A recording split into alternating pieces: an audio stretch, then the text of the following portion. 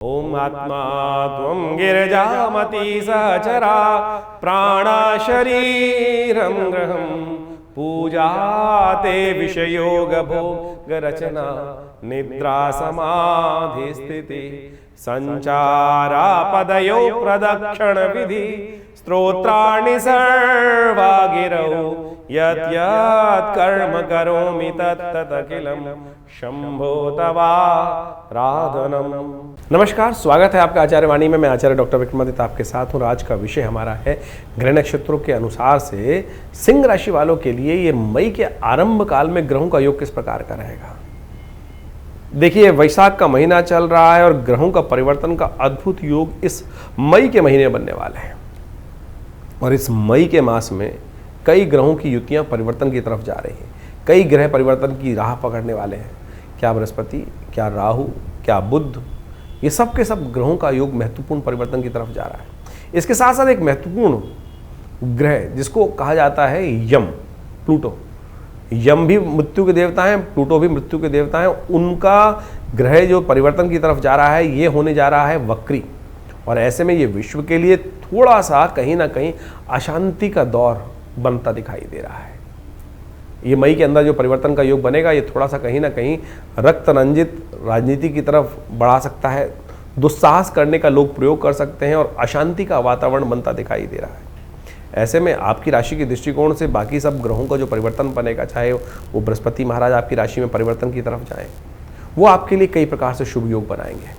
राहु का परिवर्तन भी आपकी राशि के दृष्टिकोण से बहुत महत्वपूर्ण रहने वाला है। महत्वपूर्ण परिवर्तन, केतु और राहु दोनों परिवर्तन की तरफ जाएंगे और ये आपके जीवन में इस वर्ष महत्वपूर्ण परिवर्तन, कुछ महत्वपूर्ण परिवर्तन, जल्दी से परिवर्तन करने का योग बनाएगा। एक तो अधिचारी बृहस्पति है और साथ में केतु आपके लग्न राशि में आ जाने के कारण से ये थोड़ा सा समय परिवर्तन की तरफ महत्वपूर्ण दिखाता है।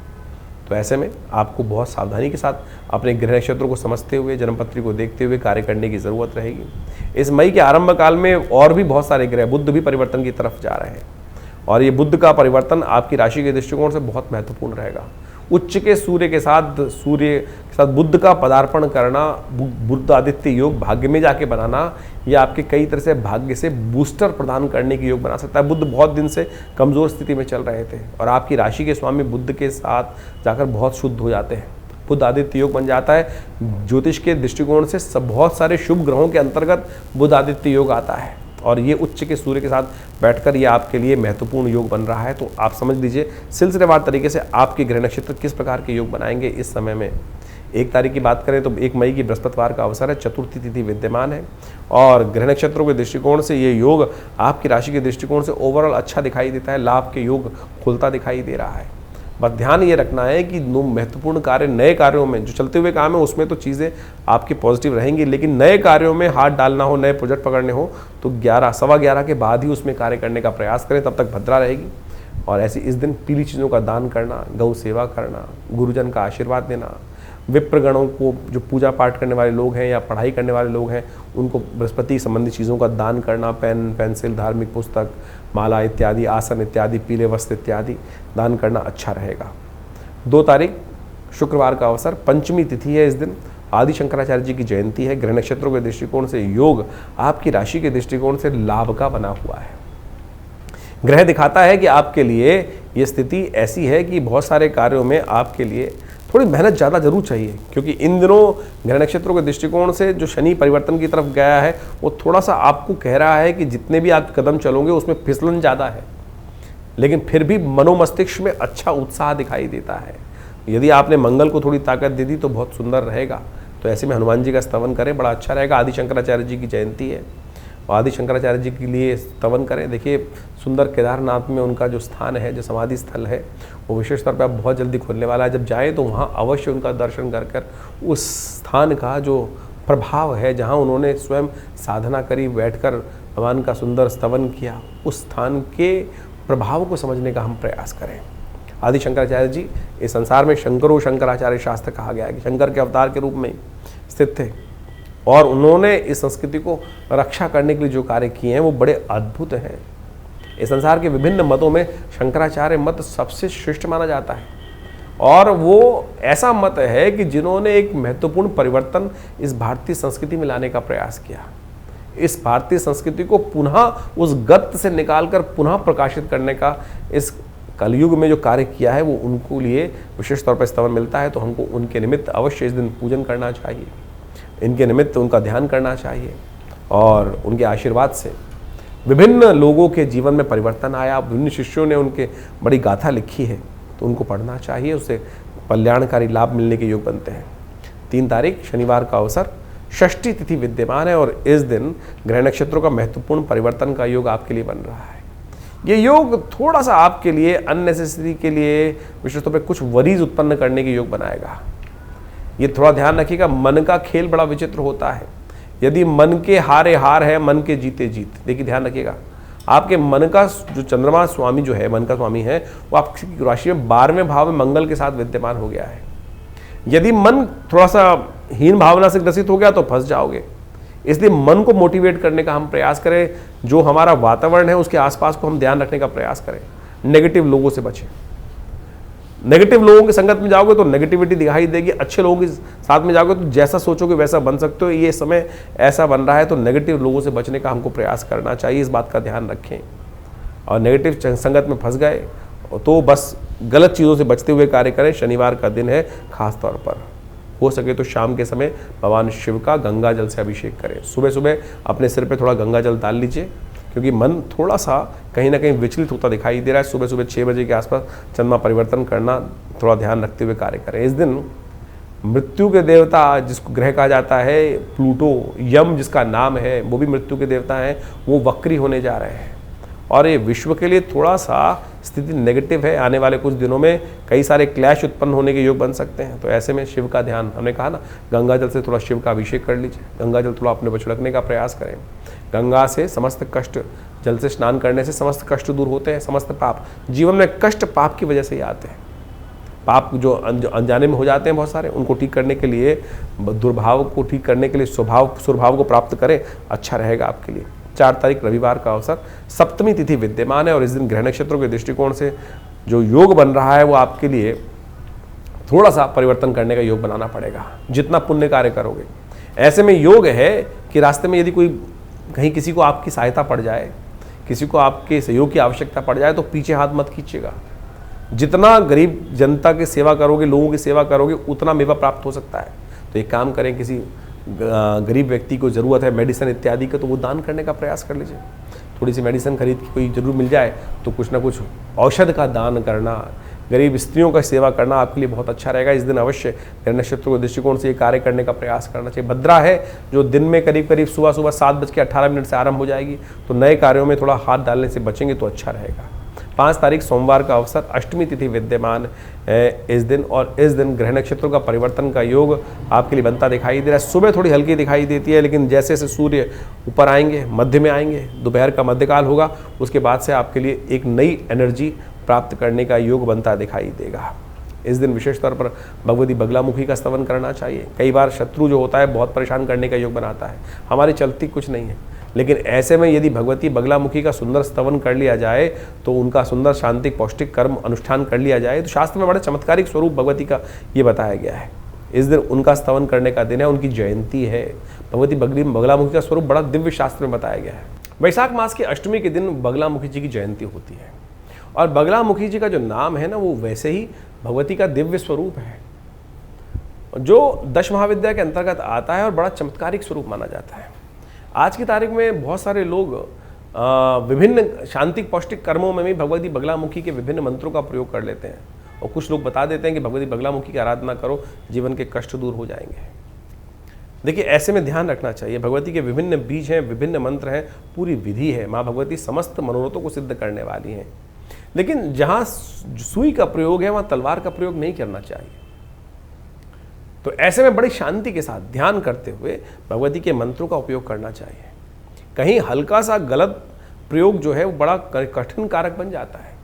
आमतौर पे वैसे तो लोग मंत्र को सही से उपयोग करते नहीं हैं, यदि विधि यानी ये ऐसा ब्रह्मास्त्र है कि इसको छोड़ने के बाद फिर वापस नहीं लिया जा सकता और बहुत बाद में कई बार विकट स्थिति बन जाती है।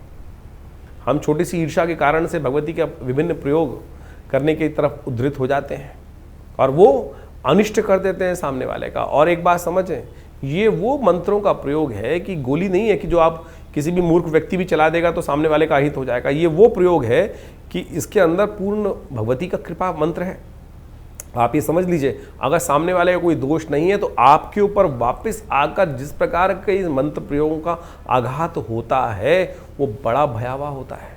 मैंने देखा है बिल्कुल अपने जीवन में देखा है कि बहुत सारे लोग ज़बरदस्ती, बहुत पुरानी बात है, हमारे आश्रम पे एक व्यक्ति आते थे और वो आप माने कि बहुत, जैसे हमारे यहाँ वर्ण 4 वर्ण बताए गए हैं, ना तो ब्राह्मण नहीं थे, लेकिन उनको एक मंत्र कहीं से मिल गया और बगलामुखी जी का मंत्र था और जहाँ वो रहते थे किराए पे रहते थे और क्या हुआ कि वो अपने मालिक से भिड़ गए। उनको वो निकालने का प्रयास कर रहा था, ये मान नहीं रहे थे, निकल नहीं रहे थे, कुछ ना कुछ दिक्कत चल रही थी, सरकारी जॉब में थे।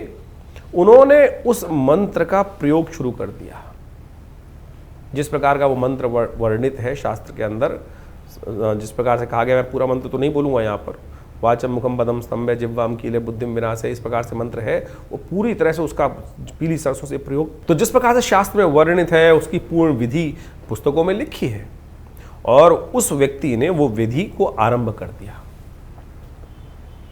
और सत्य माने उस व्यक्ति ने जो शास्त्र में वर्णित पुस्तकों के माध्यम से उस विधि को पूरी तरह से, मैं कहूँगा ब्राह्मण नहीं था, शूद्र था, लेकिन उसने वो विधि को ज्ञान प्राप्त कर कर, ये मेरा देखा प्रभाव है। आया था आश्रम पर, हमने मना भी किया उसको, पिताजी ने खूब मना किया, भाई इस प्रकार के प्रयोग नहीं करने चाहिए, इससे अनित होता है। बोला बहुत कष्ट में हूँ, ये है वो है, तो नहीं माना। हमारे द्वारा दीक्षित तो नहीं था, लेकिन पुस्तक उसके पास थी, बाजार में मिल जाती है, वो ले आया उस पुस्तक को और उसने उसका प्रयोग किया और सत्य माने उस सामने वाले व्यक्ति के घर के 3 लोग का उसने अहित कर दिया, 3 लोग का अहित उसी वक्त उस प्रयोग से हुआ। लेकिन बाद में उस व्यक्ति के पूरे परिवार का, स्वयं का जो हाल हुआ वो बहुत भयावह था। तो ऐसे में बड़ी सावधानी के साथ आपको ध्यान रखना चाहिए। आज की तारीख में एक जनरल ट्रेंड बन गया है कि संतान नहीं है, बगलामुखी का प्रयोग करा लो। घर में अशांति चल रही है, कुछ कष्ट ठीक नहीं हो रहा है, बगलामुखी का प्रयोग करा लो। हमारे पास आश्रम पर नित्यप्रति कॉल आते हैं कि हमें बगलामुखी का प्रयोग कराना है, ये करना है, वो करना है। और तो और बड़ी विचित्र स्थिति है। मैं आपको बाल्यकाल की एक अवस्था बताऊं कि लोग इस प्रकार के योग बनाते हैं कि एक जो वो स्थिति बताने की नहीं है, लेकिन बड़ा विचित्र स्थिति है। एक पंडित जी थे, वो अनुष्ठान के लिए जा रहे थे और अनुष्ठान करने के लिए बोले एक बड़ा घड़ा लाओ, बड़ा टब लाओ और जो अनुष्ठान जब करेंगे वो पानी के अंदर खड़ा होकर करेंगे। यानी यजमानों को किस प्रकार से मूर्ख बनाने के लिए स्थिति बनती है।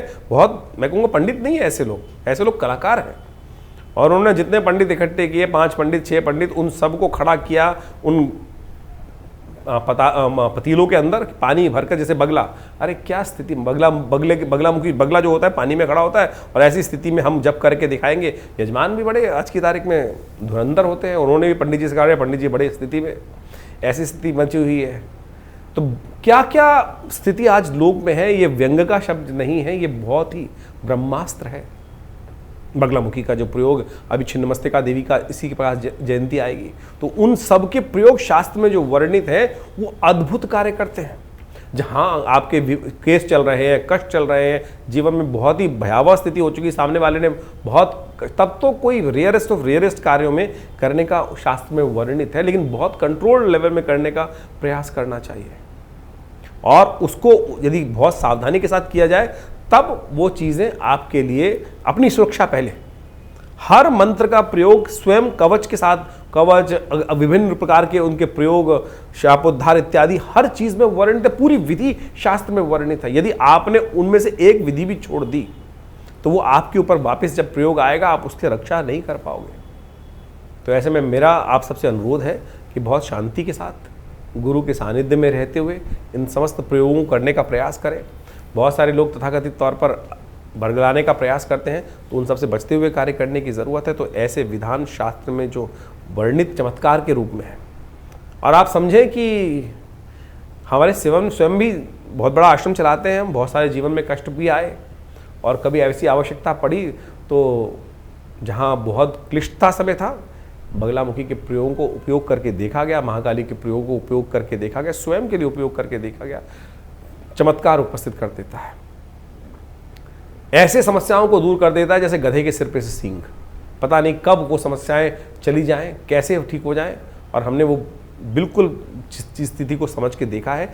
कोशिश ये करें, बस सानिध्य बहुत ज़रूरी है, अपनी रक्षा बहुत ज़रूरी है। इन सब चीज़ों को समझते हुए कार्य करेंगे तो अच्छा रहेगा। तो बगलामुखी जी का दिव्य स्वरूप है, ये आपने अभी समझा। इसके साथ साथ यदि इस दिन हम अपने घर में उनका एक सिद्ध यंत्र स्थापित कर लें तो कहा जाता है कि आपके जीवन में जो शत्रु बाधा है वो धीरे धीरे समाप्त हो जाएगी।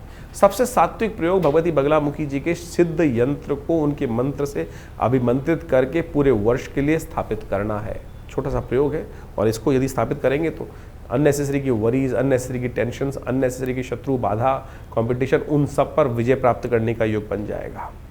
यदि हम बात करें, अब 6 तारीख की मंगलवार का अवसर है, 9वीं तिथि विद्यमान है, और उस दिन ग्रह नक्षत्रों के दृष्टिकोण से आपके लिए ओवरऑल ग्रह अच्छे दिखाई देते हैं। नई शक्ति दिखाई दे रही है, नई एनर्जी का योग होता दिखाई दे रहा है, और साथ साथ बहुत सारी चीज़ों में जो थोड़ी सी मोटिवेशन कम थी उसका पूरा मोटिवेशन बढ़ता दिखाई दे रहा है।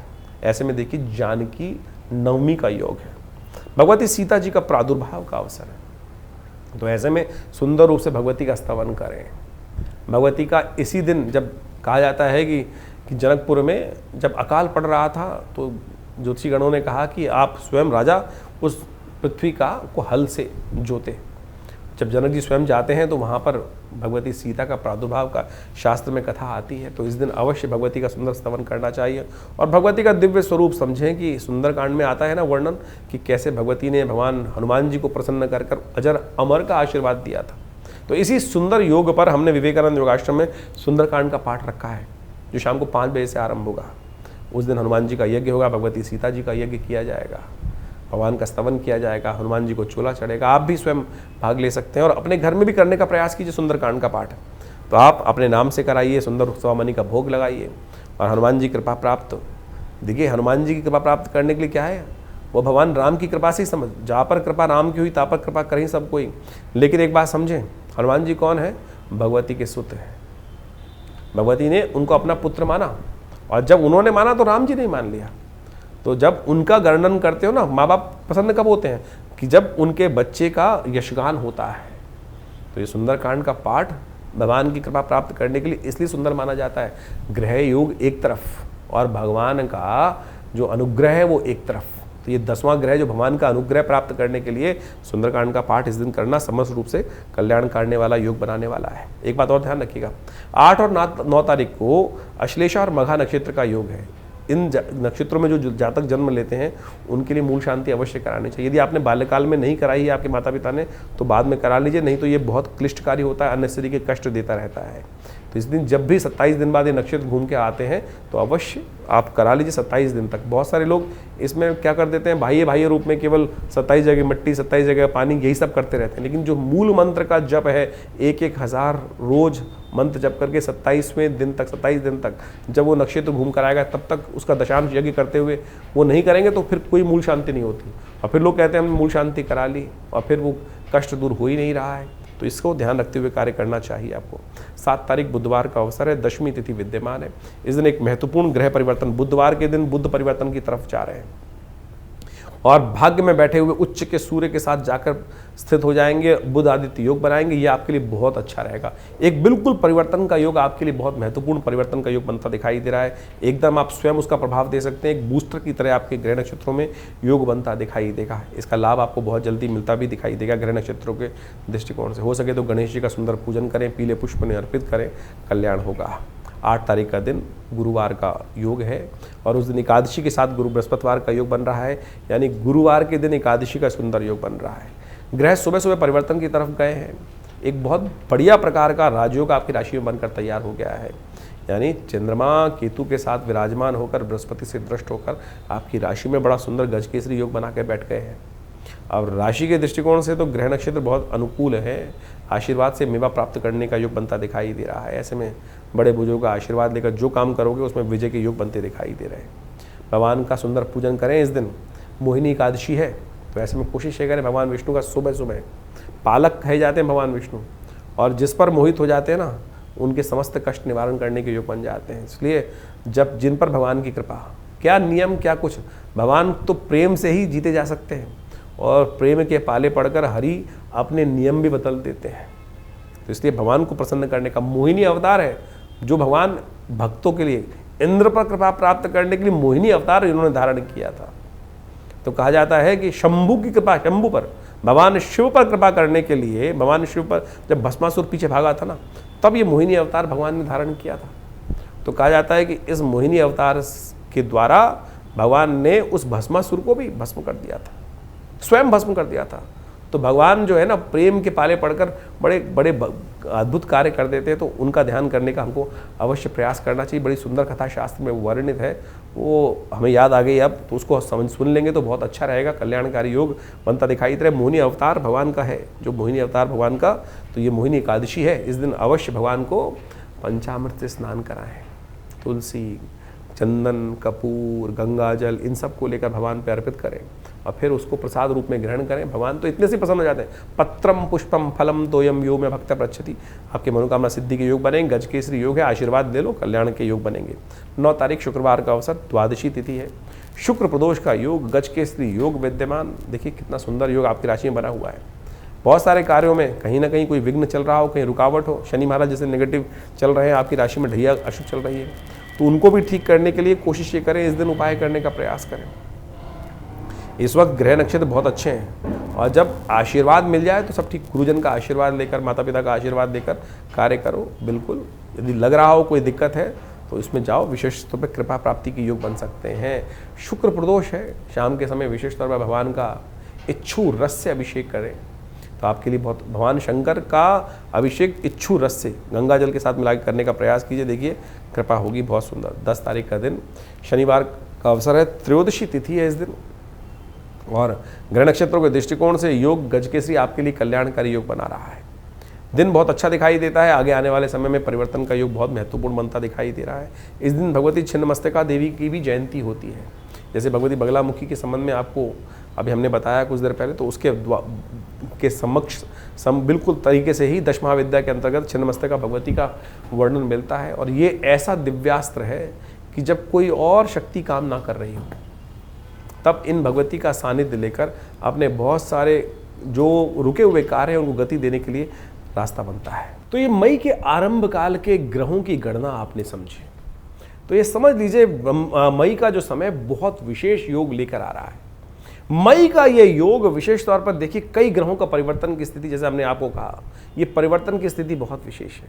वैशाख का महीना चल रहा है और वैशाख के महीने के अंतिम समय में शुक्ल पक्ष का जब दौर चले तो उस समय में कई प्रकार के शुभ योग बने। और एक समझ लेना चाहिए आपको कि आमतौर पर आजकल ज्योतिष के अंदर विशेष तौर पर ये बात हो गई है कि हम ग्रहों का निवारण किस प्रकार से करें, और हम जो उपाय बताते हैं ना, वो वैदिक पुराणिक मत से बताने का प्रयास करते हैं। बहुत सारे लोग तथाकथित तौर पर टोटकों में फंस जाते हैं, लेकिन भारतीय संस्कृति में भारत को समझने के लिए वेद, उपनिषद, ये सब जो पुराण इत्यादि मत हैं, जो कथाओं के माध्यम से हमारे साथ जुड़े हुए हैं, एक तो हमारा इतिहास भी है और साथ साथ हमारे कष्टों के निवारण करने का वास्तविक सिद्धांत भी है। पंचांग के अंदर कई लोग अध्यात्म को बिल्कुल ही भूलने का प्रयास कर रहे हैं और कई लोग इस प्रकार से समझते ही नहीं है कि बहुत ज्योतिष भाई वेद का अंग है, ज्योतिष को अध्यात्म से हटकर देखा ही नहीं जा सकता है। अध्यात्म से हटके समझने का प्रयास करेंगे तो ग्रह गणना को विशेष तौर पर ना तो उसकी वास्तविकता आप समझ सकते हैं, वो तो मैथमेटिक्स कैलकुलेशन के रूप में आप उसको केवल गणनाओं के तौर पर समझ सकते हैं, लेकिन निवारण, कष्ट का निवारण जो है वो इतिहास में दर्ज है। पुराण, उपनिषद, वेद, ये सारा का सारा भारतीय संस्कृति का ऐसा एक सार गर्भित ग्रंथ है कि जिससे हमको जीवन जीने की कला भी समझ में आती है। और ये वैशाख का महीना चल रहा है जिसे भगवान ने अपना नाम दिया है। कार्तिक से भी बढ़िया कोई मास हो सकता है जिसमें सुंदर योग बनते हैं, चाहे वो विशेष तौर पर आप समझे, जिसमें आज हमने आपको समय कालांतर में बताने का प्रयास किया। अक्षय तृतीया वैशाख के महीने में आती है और साथ साथ विभिन्न प्रकार की जयंतियाँ आती हैं, बगलामुखी जयंती आती है। जीवन में कष्ट चल रहा हो, कैसे निवारण करेंगे? अगर एक पुराने हमारे कवि साहब ने लिखा, क्षमा शोभती उस भुजंग को जिसके पास गरल हो। अभी भारत के ऊपर इतनी भयावह स्थिति बनी, कुछ लोगों ने भारत के सम्मान को तार तार करने का प्रयास किया, यदि हम पे शक्ति नहीं होगी जैसे, तो हम कैसे, कोई भी आके थप्पड़ मार के चला जाएगा। और यदि शक्ति होगी तो उसका प्रत्युत्तर देकर अपने सम्मान को पुनः स्थापित करने का कार्य किया सकते हैं। बगलामुखी, छिन्नमस्तका इत्यादि की जयंती इस वैशाख के महीने में आती है। ये शक्तियों का इसीलिए शास्त्र में वर्णन है कि भाई जीवन में कष्टों का निवारण करने के लिए जो आपके पास शक्तियां हैं, ब्रह्मास्त्र हैं, उनका उपयोग किया जाना चाहिए। नहीं तो कोई भी आपके जीवन में कष्ट यदि आ रहा है तो ऐसा तो नहीं। हमारे ऋषि मुनियों की अद्भुत खोज है, बगलामुखी जी के ऐसे अकाट्य प्रयोग हैं कि जब, वैसे तो उनका प्रयोग निषेध है शास्त्र के अंदर, लेकिन जिस प्रकार से वो शब्द जो मंत्र इत्यादि हैं, ओम ह्रीं बगलामुखी सर्वदुष्टानां वाचम मुखम पदम स्तंभे जिह्वाम कीले बुद्धिम विनाशे ह्रीं ओम, जिस प्रकार से उनका उपयोग है अद्भुत है, अद्भुत। यानी यदि शास्त्र में जैसा हमने कहा कि उनका उपयोग ये साधारण तौर पर निषेध माना गया है, लेकिन जब सर से पानी ऊपर चला जाए और आपने कोई अपराध नहीं किया है, सामने वाला आपको खत्म करने के कगार पे है, तब इन ब्रह्मास्त्रों का प्रयोग शास्त्र में वर्णित किया गया है। और आदिकाल में लोगों ने, हजारों लाखों लोगों ने इसका उपयोग करके अपने कष्टों को दूर करने का रास्ता बनाया है। इसी प्रकार से छिन्नमस्तिका देवी की जयंती इसमें आए, नरसिंह भगवान की जयंती इसमें आ रही है, और तो और अनेक प्रकार के सुंदर योग इस वैशाख के महीने में बनाए। और सुंदरतम प्रभाव ऐसा बताया गया है कि केवल जल का दान ही समस्त कष्टों से निवारण का योग बना देता है। वो सब हमने आपके समक्ष रखने का प्रयास किया। ज्योतिष को कई लोगों ने केवल नग बेचने का धंधा और कुछ ना कुछ और बदतमीजी, और बहुत सारे आज की तारीख में लोग, पता नहीं ज्योतिष को कहीं कोई रिलेशन नहीं है। एक तो महानुभाव हम अभी समझ में आ रहा है, लोग हमसे आगे पूछते हैं कि बहुत सारे ज्योतिषी कहते हैं कि सुरा पान करना भी ग्रहों को शक्ति देता है। अरे मूर्खता की पराकाष्ठा है। किस प्रकार से शास्त्र में कहां, किस प्रकार से, कौन से जगह वर्णित है जिनको शब्दों का, संस्कृत का एक आ ई उ का ज्ञान तक नहीं है, शब्द पता ही नहीं है कि जो किस प्रकार से उपस्थित करने की बात कर रहे हैं। कई लोग तो आज भारतीय संस्कृति को इस प्रकार से कहते हैं कि देवता जो सोमरस का पान करते हैं उसको हम मदिरा के साथ जोड़ देते हैं। अरे मदिरा और सुरापान में बहुत फर्क है। सुरा का मतलब होता है चंद्र से निकला हुआ अमृत के समान शीतल पेय जो अमृतत्व का वर्णन करता है। क्या वो सुरा के, मदिरा के साथ उसको जोड़ सकते हैं आप? और अभी ज्योतिष में ऐसी वर्णन कर रही है कि किसी को मदिरा पिलाना भी उपाय होता है, ग्रहों को शक्ति दे देता है, सत्यानाश कर देगा। किसी भी ज्योतिष के वास्तविक तौर पे अनुभव के ग्रंथ की बात करें तो वहाँ ये लिखता है शराब और कबाब, चाहे लाल किताब, चलिए आज की तारीख में प्रचलित लाल किताब है, वहीं जाके पढ़ लीजिए कहाँ किस ग्रह के उपचार के लिखा है। वहाँ तो ये बात लिखी है कि शराब और कबाब जिसकी ज़िंदगी में आ जाएगा वो बर्बाद हो जाएगा व्यक्ति। तो आप समझें ज्योतिष को जिस प्रकार से आज तथाकथित लोगों ने जिस प्रकार से पहुंचाया है, कहाँ कहाँ पहुंचा दिया है, उन सब को आज हटाने का हम प्रयास करें सही रूप से। हमने ज्योतिष को वैदिक ज्योतिष के साथ जोड़कर आपके समक्ष उपाय रखें। और इस वैशाख महीने में आप समझें, हमारे यहाँ व्यवस्थाएं बताई गई है, माधव मास इसका नाम रखा गया। केवल जल का दान, कलश भरकर जल का दान करने से ही आपके जीवन के, इस मास में कहा जाता है कि एक बार हरिनाम का स्मरण कर लें तो आपके समस्त कष्ट निवारण करने के योग बन जाते हैं।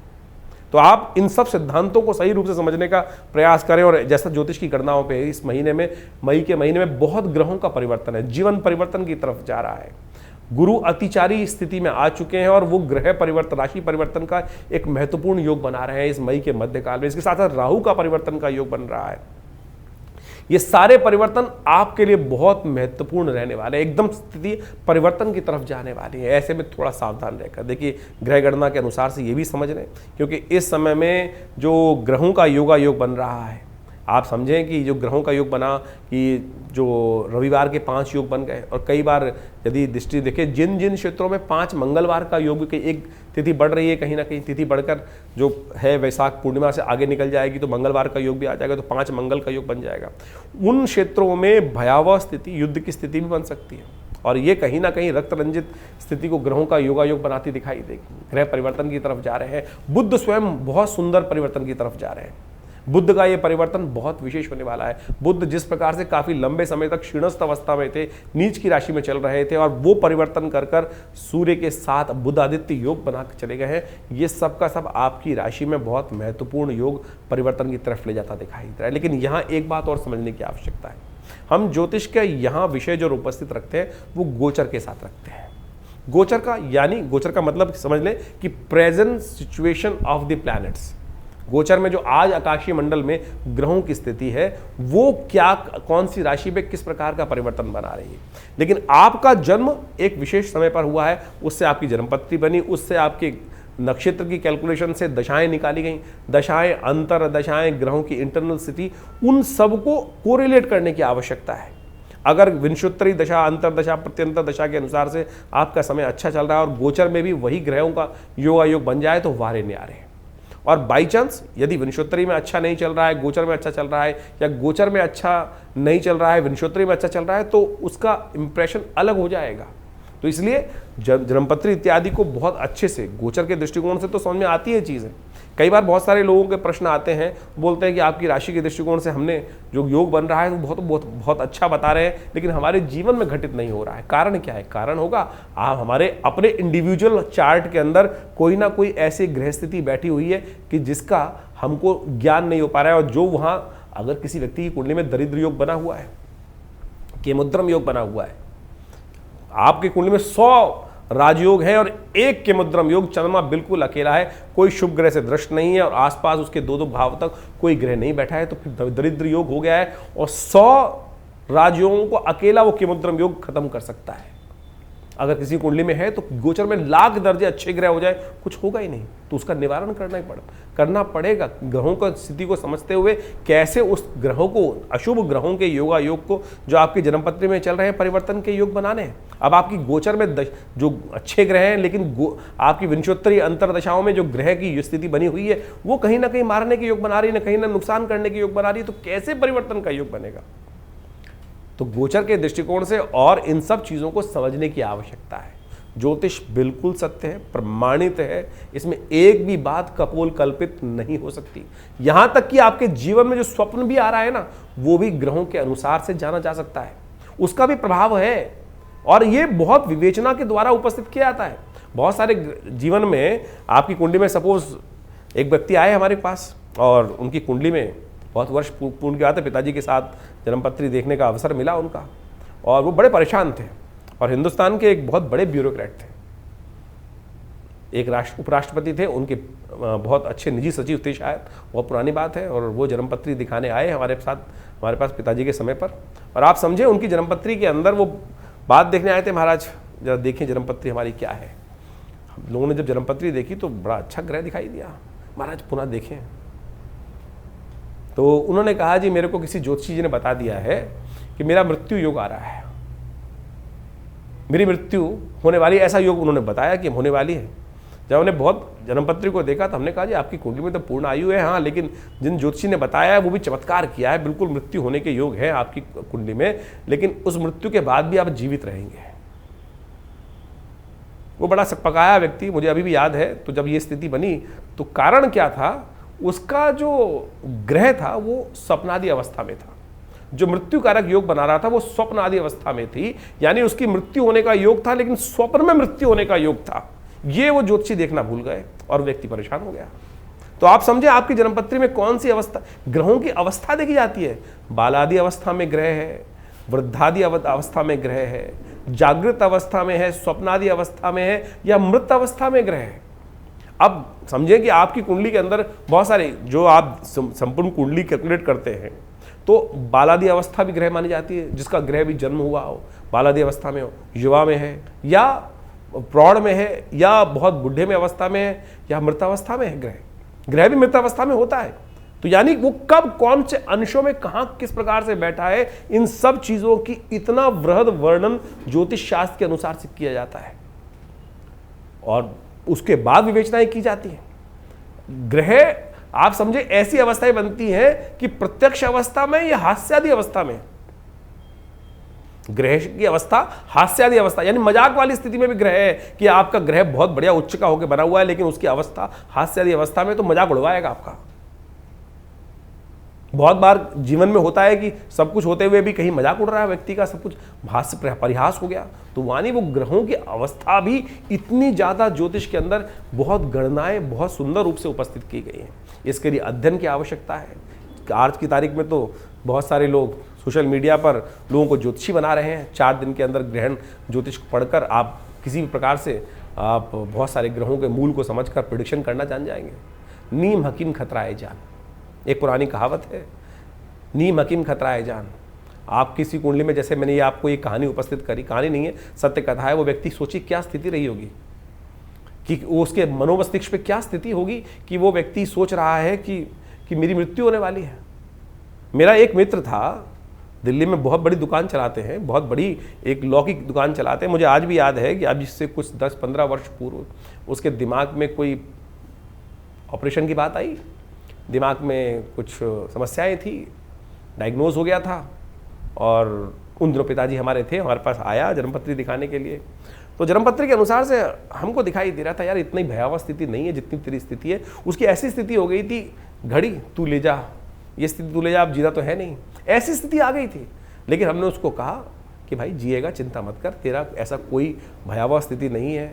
उसका एक लेज़र ऑपरेशन होना था ब्रेन का, और वो कहीं भी जा सकता था।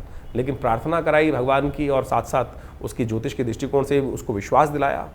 आज 12-15 साल हो गए, उसको देखता हूँ, समझता हूँ, आज भी उसकी नमस्ते आती है, धन्यवाद आता है। तो आप समझे ज्योतिष के विषय बहुत है। ये नीम हकीम खतराए जान वाली बात बोली ना, किसी मन में भय डाल दिया। आज पूरा खेल भय का चल रहा है। चाहे किसी भी फील्ड में चले जाओ, किसी डॉक्टर के पास चले जाओ, वो कह देता है कि भाई ये तो बहुत खतरनाक बीमारी है, इसका तुरंत ऑपरेशन करा लो, कुछ और है नहीं, व्यक्ति बेचारा वैसे ही परेशान हो जाता है। तो ज्योतिष भय दिलाने वाली स्थिति नहीं है, ज्योतिष विश्वास दिलाने वाली स्थिति है। आपके जीवन में परिवर्तन लाने का रास्ता बनाया गया है।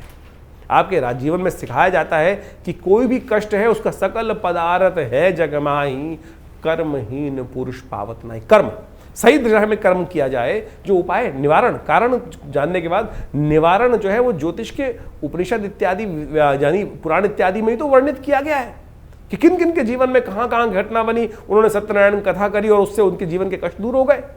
तो यही तो निवारण है। आज की तारीख में लोग बैठे हैं कि भैया वो शराब पिला दो, इस दिन शराब पी लो, इससे ग्रह परिवर्तन हो जाएगा, शुक्र और बलिष्ठ हो जाएगा। बलिष्ठ क्या होगा, आपका जीवन में समस्याएं कुछ और हो जाएंगी। आप सोचें कि आज की तारीख में लोग चुटकी बजाकर स्थितियों को उत्पन्न करने के लिए आज जो भी स्थिति की जा रही है वो ज्योतिष के दृष्टिकोण से कहीं उनका ज्योतिष से कोई मतलब है नहीं। तो हम इन समस्त चीज़ों को आपके समक्ष पूरी तरह से ज्ञान वर्धन करने के साथ साथ चीज़ों को सही रूप से करने का प्रयास करते हैं। तो ज्योतिष को सही रूप से समझें, चीज़ों को अपने जीवन में उतारने का प्रयास करें।